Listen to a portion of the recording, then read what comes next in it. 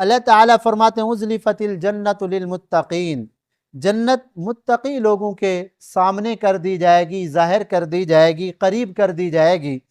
وبرزت الجحیم للغاوین، اور گمراہ لوگوں کے سامنے جہنم کر دی جائے گی۔ اب قیامت کا جب دن ہوگا تو نیک لوگوں کے قریب جنت کر دی جائے گی۔ یہاں جنت میں داخلے کے دو طریقے اللہ تعالیٰ نے قرآن میں بیان فرمائے۔ ایک تو یہ ہے کہ نیک لوگوں کو داخل کیا جائے گا، ان کو لے جایا جائے گا جنت کی طرف۔ وسیق الذین اتقوا ربهم الی الجنۃ زمرا، قرآن میں اللہ تعالیٰ فرماتے ہیں کہ نیک لوگوں کو لے جایا جائے گا جنت میں۔ اور ایک حدیث پاک میں یہ بھی آتا ہے، آپ صلی اللہ علیہ وسلم نے فرمایا جب لوگ قبروں سے اٹھیں گے، بعض نیک اللہ والے ایسے بھی ہوں گے، فرشتے سواریاں لے کے کھڑے ہوں گے ان کے لیے کہ اللہ کے نیک بندے اس کے اوپر سوار ہو کے اب میدان محشر کی طرف چلو۔ ایک تو یہ ہے کہ نیک آدمی چل کر جائیں گے، اور قرآن کریم کے اندر بھی اللہ تعالیٰ فرماتے ہیں کہ جب جنت کے قریب نیک لوگ جائیں گے تو فرشتے ان کا استقبال کریں گے۔ تو جنت میں داخلے کا ایک طریقہ تو یہ ہے کہ نیک لوگ چل کے وہاں تک جائیں، اور دوسرا طریقہ جو اس آیت میں اللہ تعالیٰ نے بیان فرمایا ہے وہ یہ ہے کہ جنت کو خود لایا جائے گا، جنت قریب کر دی جائے گی، ہے نا، ازلفت الجنت للمتقین، متقی لوگوں کے قریب خود جنت کو اب لایا جائے گا، اور اسی طرح جہنم کو بھی لایا جائے گا۔ حدیث پاک میں آتا ہے، آپ صلی اللہ علیہ وسلم کا فرمان ہے جب جہنم کو لایا جائے گا نا تو 70,000 لگامیں ہوں گی اس کی، ہر لگام کے اوپر 70,000 فرشتے ہوں گے اس کو پکڑے ہوئے۔ اگر یہ فرشتے قابو نہ کریں تو ساروں کو اپنے پیٹ میں لے لے جہنم، ایسا جو ہے نا جہنم کو غصہ ہوگا۔ تو بہرحال جہنم کو لایا جائے گا اور جنت کو بھی لایا جائے گا۔ اب علماء نے لکھا ہے کہ اس کی ایک صورت تو یہ ہو سکتی ہے کہ جنت اور جہنم کہیں پردے کے اندر ہیں، ان کا پردہ ہٹایا جائے گا تو جنت بھی سامنے آ جائے گی، جہنم بھی سامنے آ جائے گی۔ جیسے آدمی کہتا ہے، بھائی سفر کر رہا ہوتا نا آدمی، کہتا ہے شہر فلاں شہر قریب آ گیا ہے، اب شہر قریب آتا ہے یا آدمی قریب پہنچ جاتا ہے؟ شہر تو اپنی جگہ پہ کھڑا ہوا ہے نا، تو سفر کرنے والا خود قریب پہنچ جاتا ہے۔ لیکن عام بول چال میں کیا کہتے ہیں؟ شہر قریب آ گیا جی، ہماری بستی اب قریب آ گئی جی، ہمارا علاقہ اب قریب آ گیا ہے۔ بھائی علاقہ تو ادھر کھڑا ہے، یہ آدمی قریب پہنچ جاتا ہے۔ تو اس طرح جب، کیونکہ میدان محشر لگے گا ملک شام کے اندر، حدیث پاک میں آتا ہے ساری دنیا کے لوگوں کو ایک آگ نکلے گی مشرق کی طرف سے نا، ایک آگ ظاہر ہوگی، آگ مشرق کی طرف سے، تو وہ آگے بڑھے گی، لوگ ڈریں گے، بھاگیں گے اس سے، تو وہ اور آگے آئے گی۔ تو اس طرح لوگوں کو اکٹھا کر کے ملک شام کے اندر سارے لوگوں کو وہاں جمع کیا جائے گا، میدان محشر وہاں لگے گا۔ اور اسی طرح ایک حدیث پاک میں آتا ہے، آپ صلی اللہ علیہ وسلم کا فرمان ہے، حجبت الجنت بالمکارہ وحجبت النار بالشہوات واللذات۔ آپ صلی اللہ علیہ وسلم نے فرمایا اللہ تبارک و تعالی نے جنت کے اوپر بھی پردہ ڈال دیا ہے، جہنم کے اوپر بھی پردہ ڈال دیا ہے۔ جنت کے اوپر پردہ ڈالا ہے اللہ تعالیٰ نے مشقتوں کا، قربانیوں کا، تکلیفوں کا۔ ہاں، آدمی جتنی بھی نیک اعمال کرتا ہے نا، اس میں کچھ نہ کچھ تو تکلیف ہوتی ہے، نہیں ہوتی ہے نا جی۔ اب کمر میں بھی درد ہو رہا ہے مثال کے طور پہ، چلنے میں بھی درد ہو رہا ہے، لیکن آدمی اپنے گھر سے آ رہا ہے، اللہ کے گھر میں آ رہا ہے، سردی گرمی کا موسم ہے، تکلیف ہو رہی ہے، آدمی آ رہا ہے نماز کے لیے، اب نماز پڑھنے میں کچھ نہ کچھ تو مشقت ہے۔ اور اسی طرح زکوٰۃ ادا کرنے میں، جو بخیل لوگ ہیں ان سے پوچھیں زکوٰۃ ادا کرنے میں کتنا جان نکلتی ہے۔ یہ تو اللہ تعالیٰ کا احسان ہے، اللہ تعالیٰ مومن کے دل کو وسیع کرتا ہے، اللہ کے راستے میں خرچ کرتے ہوئے اس کو کوئی تکلیف نہیں ہوتی۔ ورنہ بخیل لوگ گناہوں کے اوپر تو لاکھوں روپیہ خرچ کر دیتے ہیں، لیکن اللہ کے راستے میں خرچ کرتے ہوئے نا، ہاتھ کانپتا ہے ان کا، بڑی تکلیف ہوتی ہے۔ تو مال خرچ کرنا بھی، زکوٰۃ دینا بھی، روزہ رکھنا صبح سے لے کر شام تک، سردی گرمی کے روزے پیاس برداشت ہو رہی ہے، شام کو ہونٹ سوکھے ہوئے ہیں، ہاں تکلیف تو ہے۔ خواہشات کی قربانیاں دینے میں تکلیف ہے، اللہ کے راستے میں چل کر نکلنا اور دین سیکھنا سکھانا، قربانی دینا، ساری زندگی قربانی میں گزارنا، تکلیف تو ہوتی ہے۔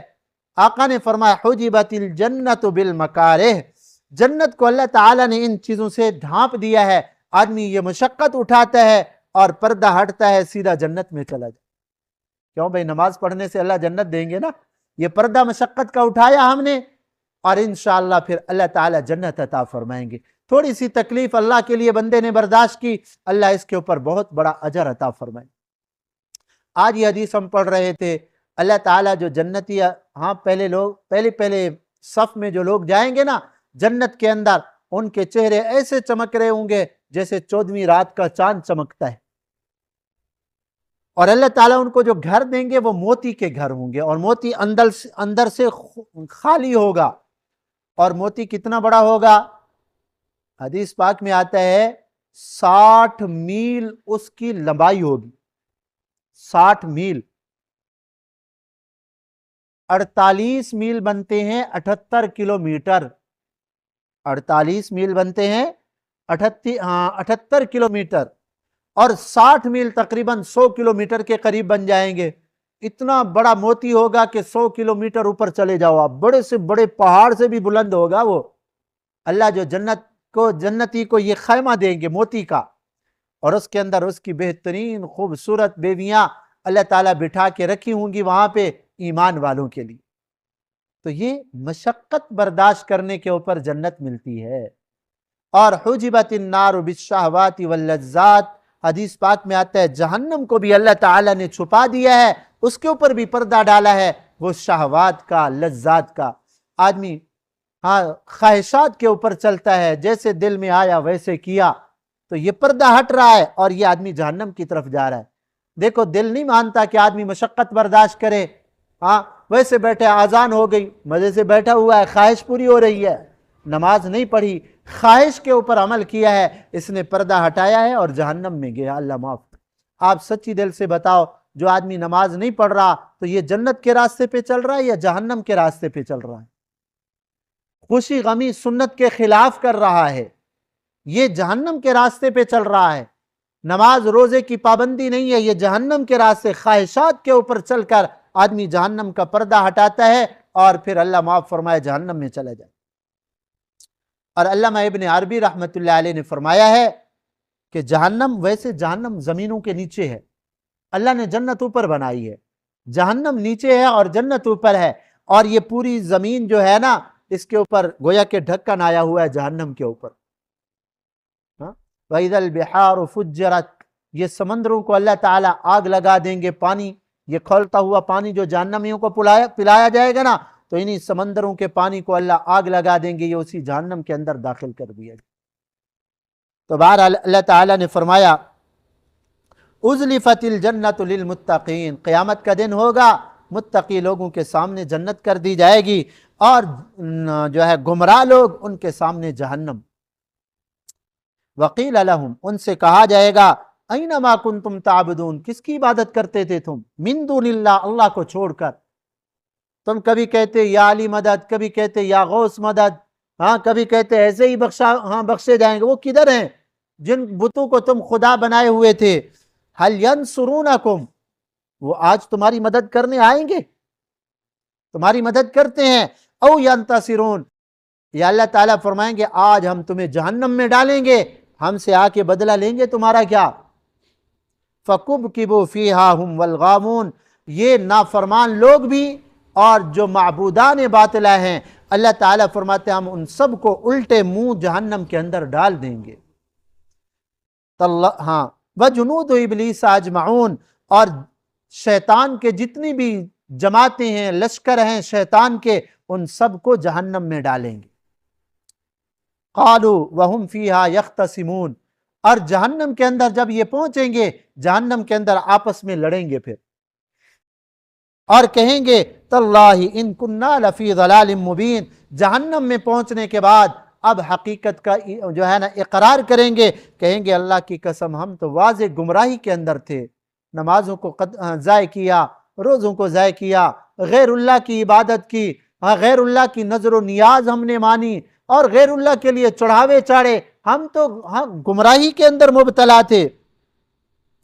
اذ نسویکم برب العالمین، ہم رب العالمین کے برابر تمہیں سمجھتے تھے، کہ تمہاری بھی طاقت ہے، تم بھی ہمیں بخشوا کر لے جاؤ گے۔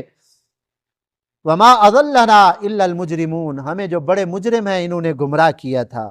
فما لنا من شافعین، اب کوئی ہے ہماری سفارش کرنے والا؟ جو ہم کہتے تھے نا کہ یہ ہمارے سفارشی ہیں، ہمیں اللہ سے بخشوا کر لے جائیں گے، بھائی کوئی ٹکٹ لکھوا لیا ہے کہ یہ بخشوائیں گے؟